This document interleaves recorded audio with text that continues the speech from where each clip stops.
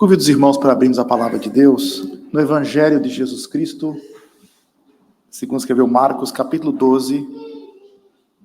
Marcos, capítulo 12, nós iremos ler dos versículos 18 até o versículo 27.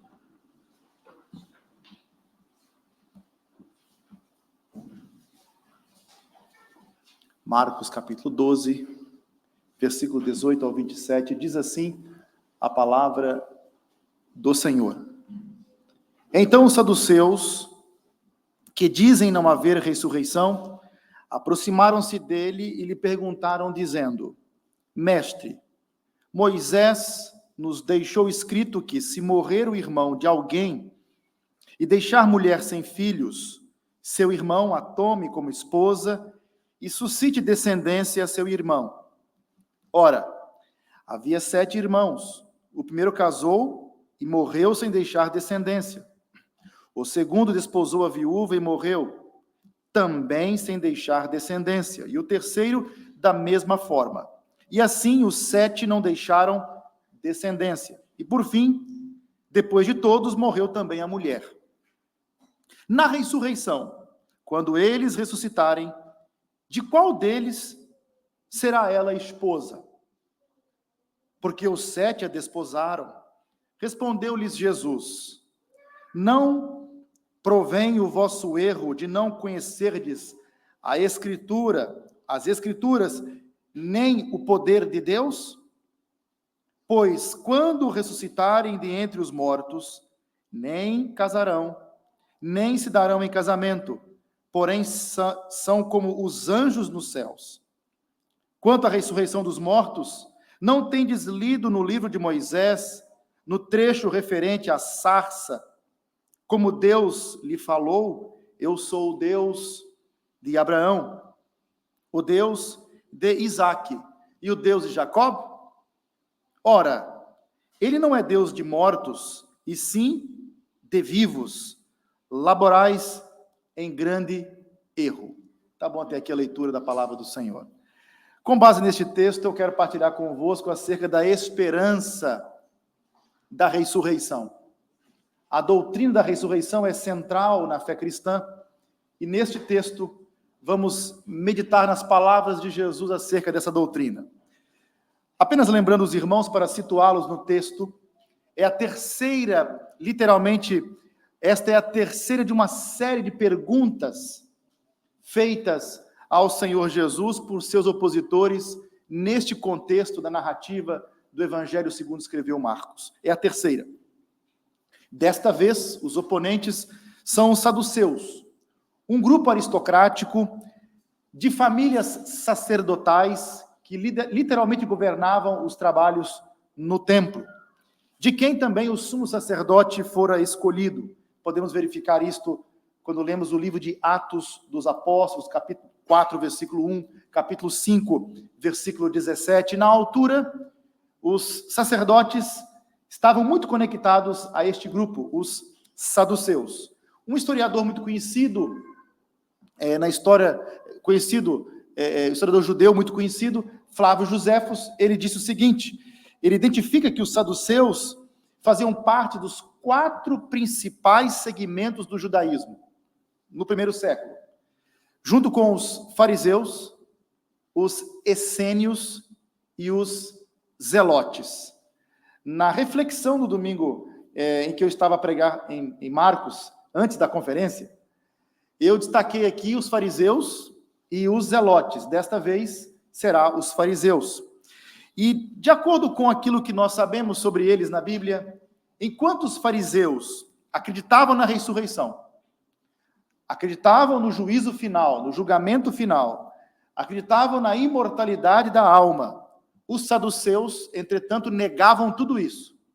Para um saduceu, não havia, portanto, imortalidade da alma, nem haveria também nenhuma ressurreição. Lucas, ele confirma que os saduceus, eles não criam na ressurreição. Podemos verificar isso em Atos 23, versículos 6 ao 8, quando ele vai destacar que os fariseus não acreditavam na ressurreição, e também ele acrescenta, o narrador de Atos, que eles não acreditavam nos anjos também, principalmente naquelas hierarquias das tradições orais dos fariseus. Duas características dos saduceus, elas são fundamentais para a nossa compreensão desta passagem. Então, eu preciso entender um pouco acerca da perspectiva dos saduceus para compreender este texto. Duas coisas são importantes. Uma delas é que eles aceitavam como autoridade inspirada apenas os primeiros 5 livros da Bíblia. Gênesis, Êxodo, Levítico, Números e Deuteronômio.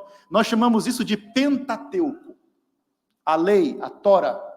Literalmente, os 5 livros de Moisés eram os únicos livros que os saduceus aceitavam como palavra de Deus.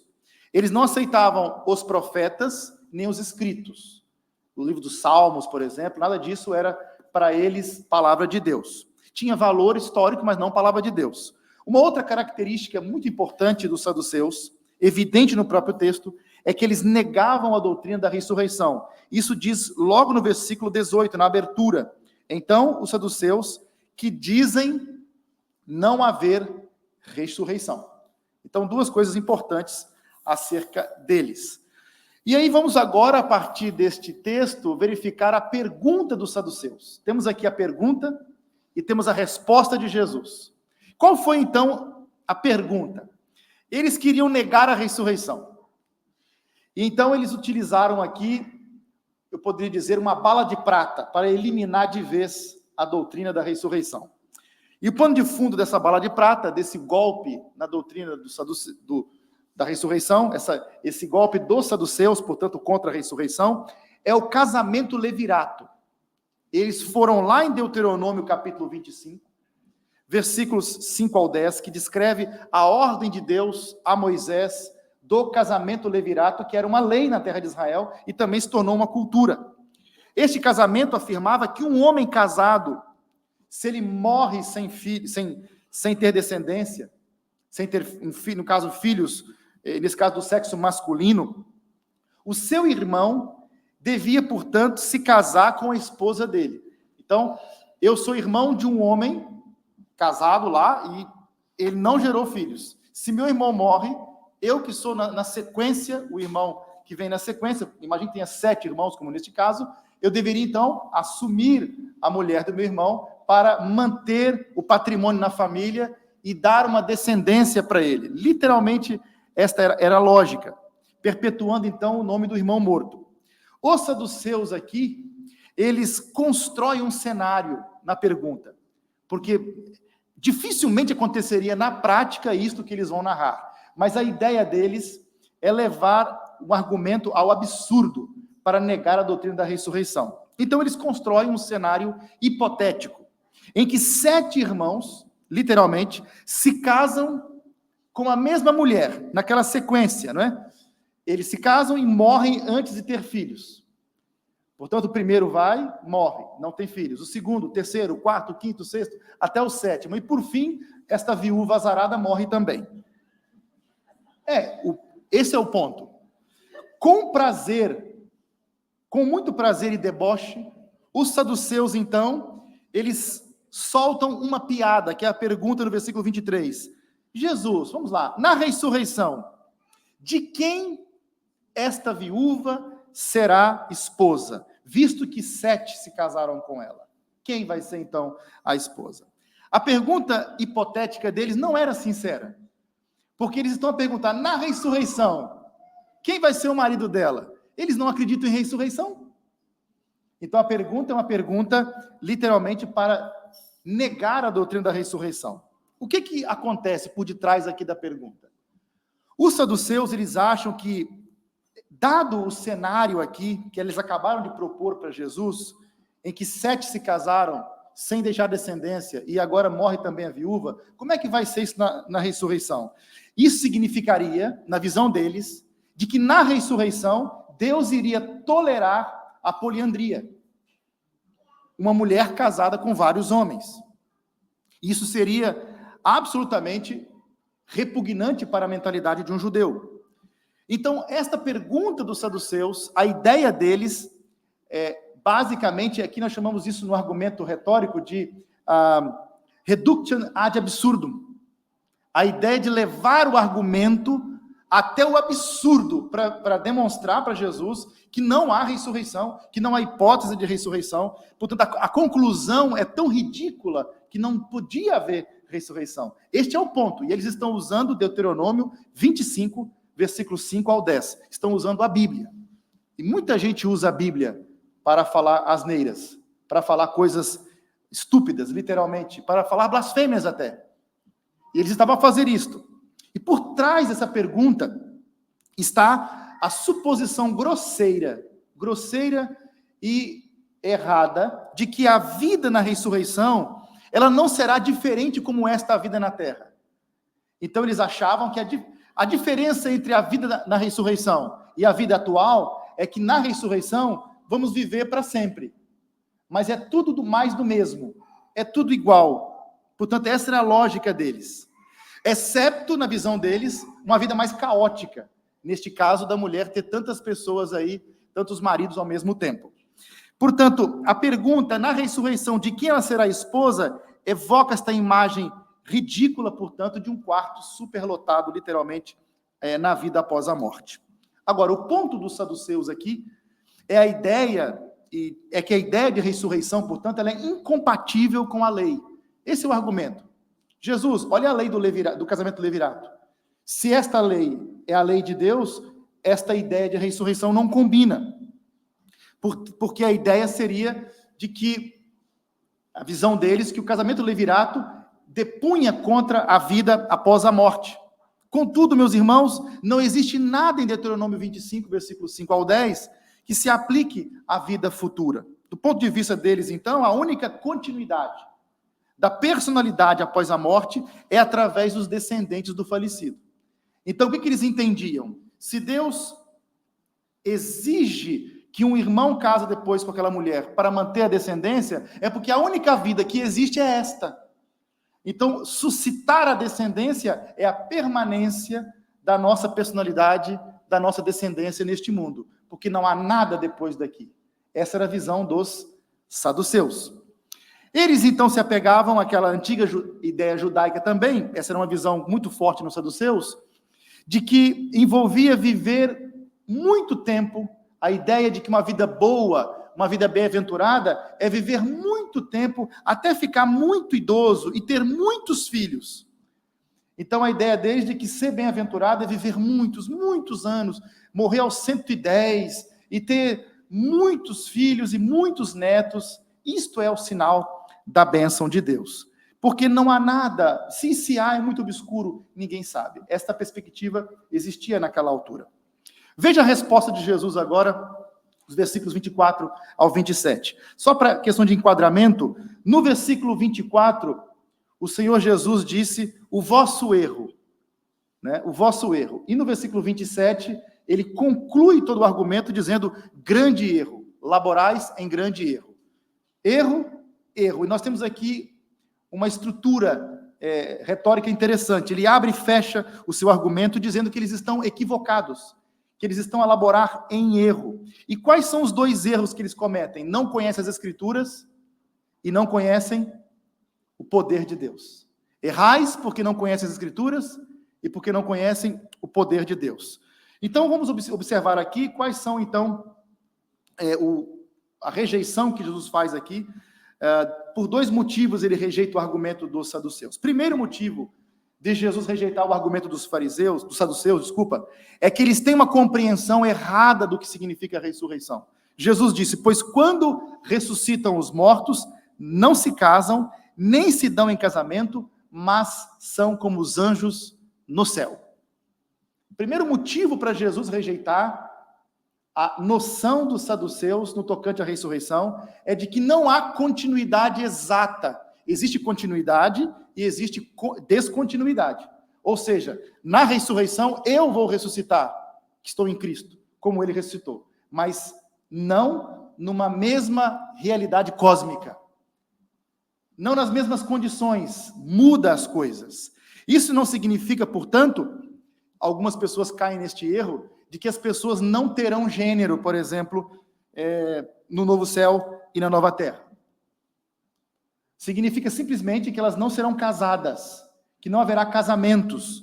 e que não haverá, portanto, aquela ideia de procriação no novo céu e na nova terra. Então esqueça, meus irmãos, daquela futura existência idealizada, por exemplo, de forma grosseira, de forma sensual, por Maomé.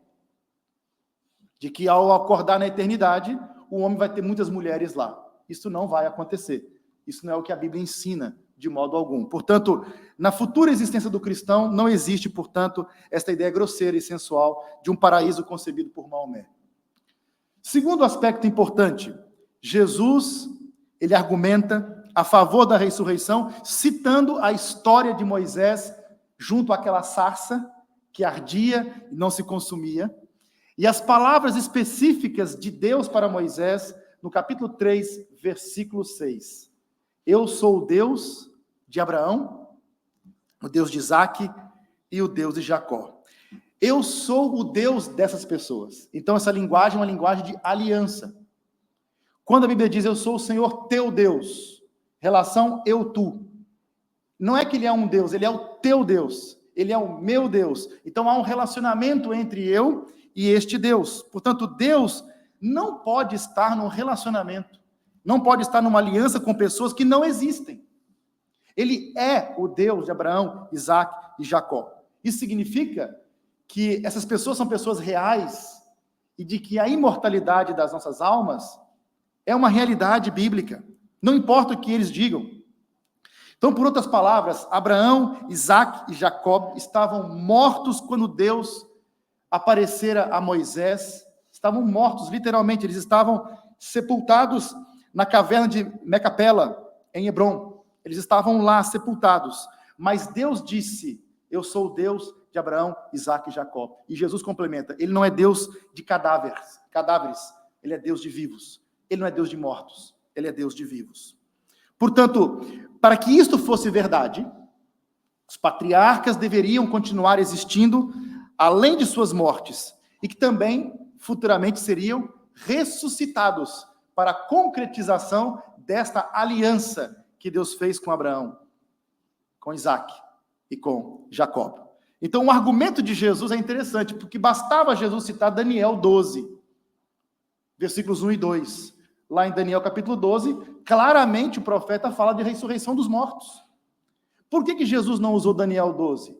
Porque os saduceus não acreditavam em Daniel. Para eles, só os primeiros 5 livros da Bíblia. Então Jesus, eles citaram Deuteronômio 25, Jesus citou Êxodo capítulo 3, versículo 6. Os saduceus, meus irmãos, sabiam onde encontrar na lei as coisas. Note, Jesus disse, errais, porque não conhecem o quê? As Escrituras e o poder de Deus. Mas como eles não conheciam as Escrituras? Se eles eram capazes, inclusivamente, de citar a lei do casamento levirato de Deuteronômio 25. Sabia usar a lei de Deus para ridicularizar a doutrina da ressurreição. Portanto, o que significa não conhecer as Escrituras? Porque sabemos que eles eram capazes de localizar a lei na Bíblia e de usá-la para tentar refutar a doutrina da ressurreição. Eles tinham conhecimento literal, conhecimento do conteúdo da lei. Portanto, quando Jesus aqui, qual é o sentido, das palavras de Jesus, que eles não conheciam as Escrituras?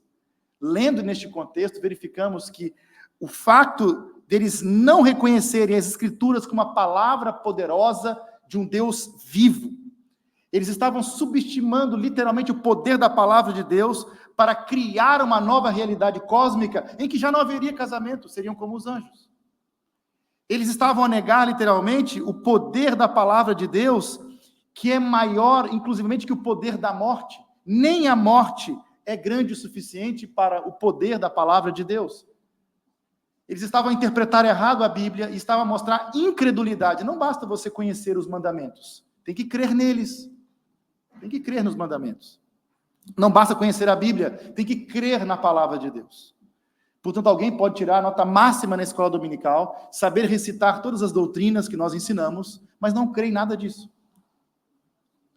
O que é mais triste, irmãos, é que essas pessoas querem ter cargos nas igrejas.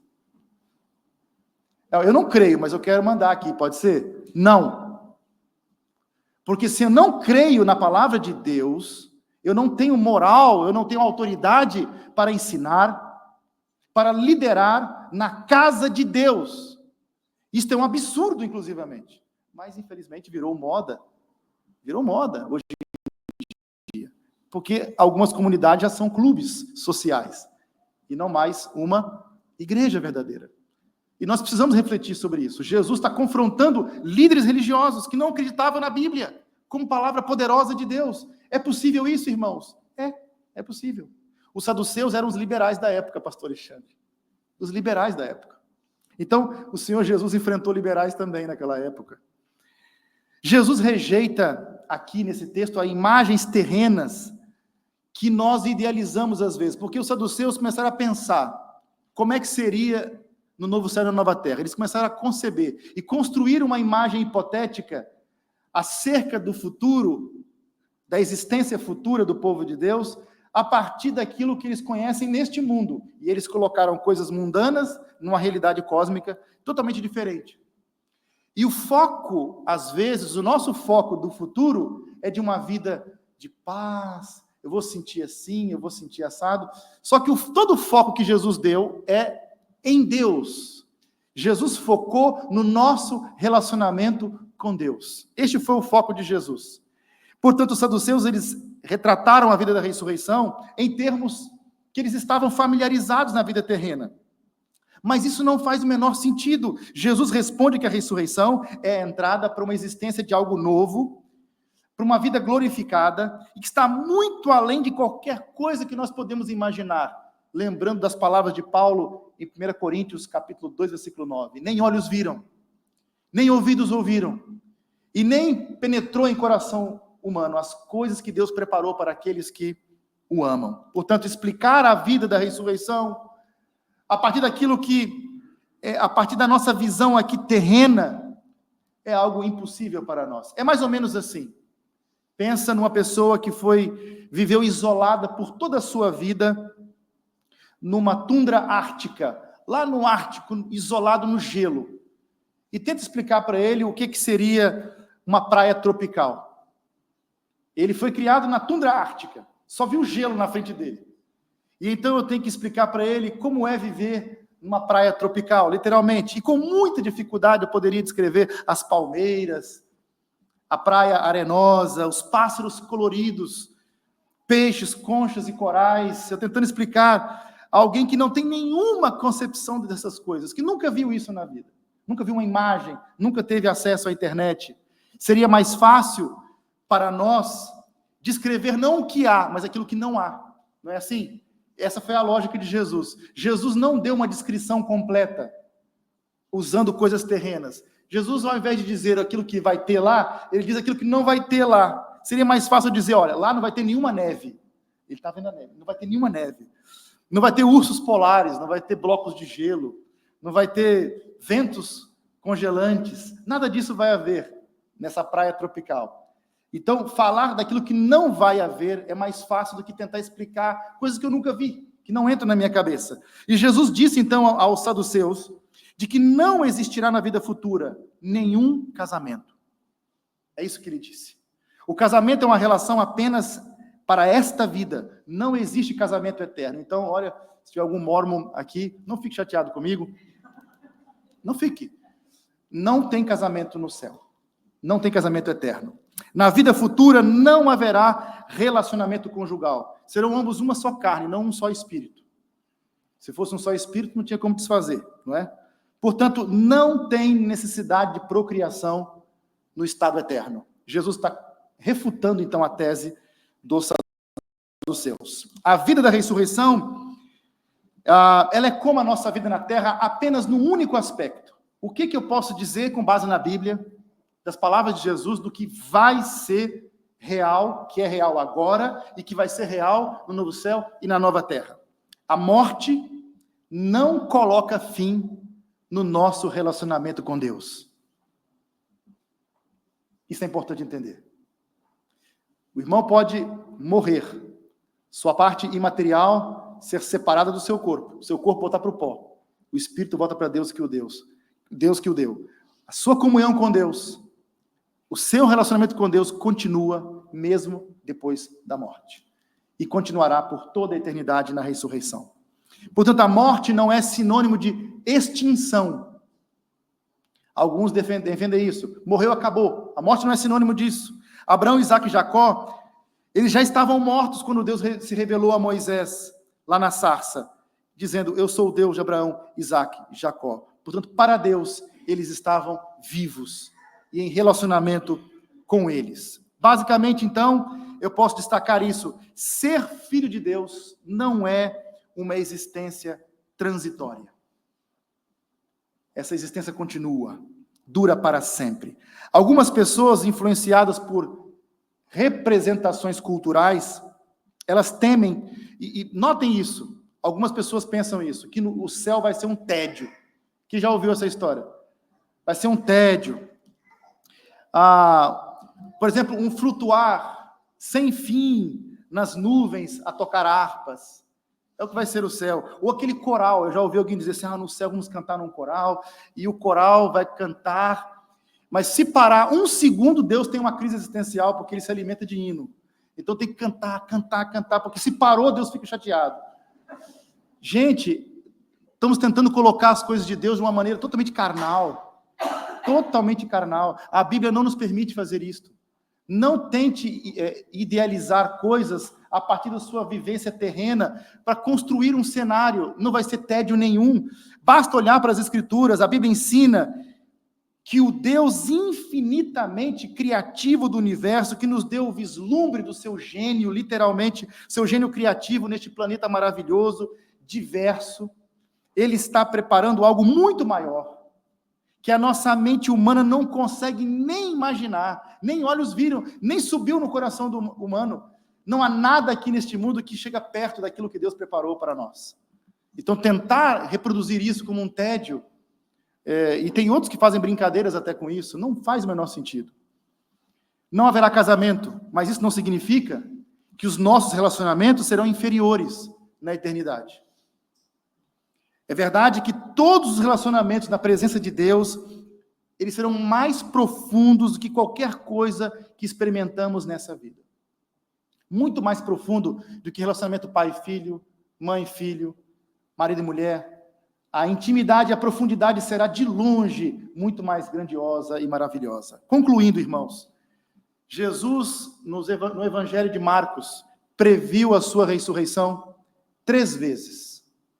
Capítulo 8:31, 9:31 e 10:34. Por 3 vezes ele disse que o Filho do Homem ia padecer, ele ia morrer e ele ia ressuscitar dentre os mortos. 3 vezes. Essa promessa está ligada àquilo que vemos no capítulo 16. O anjo de Deus que apareceu literalmente anunciando, ele ressuscitou.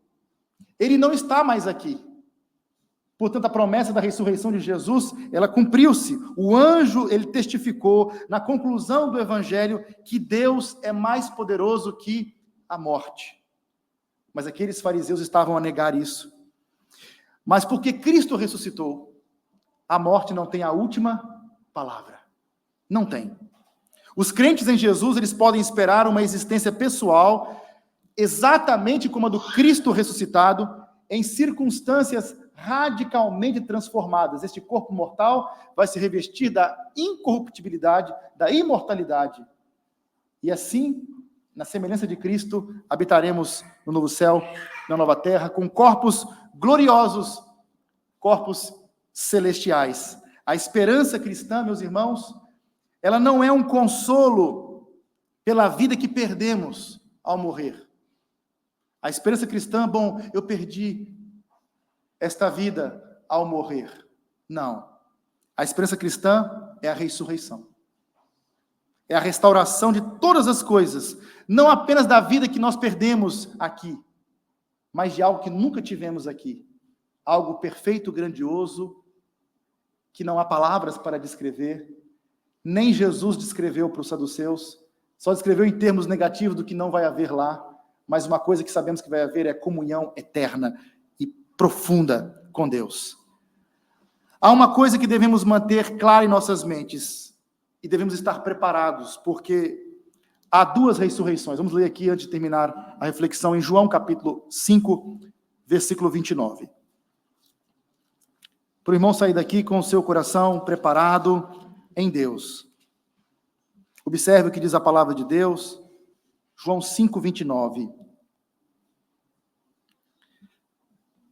Eu vou ler o 28 também.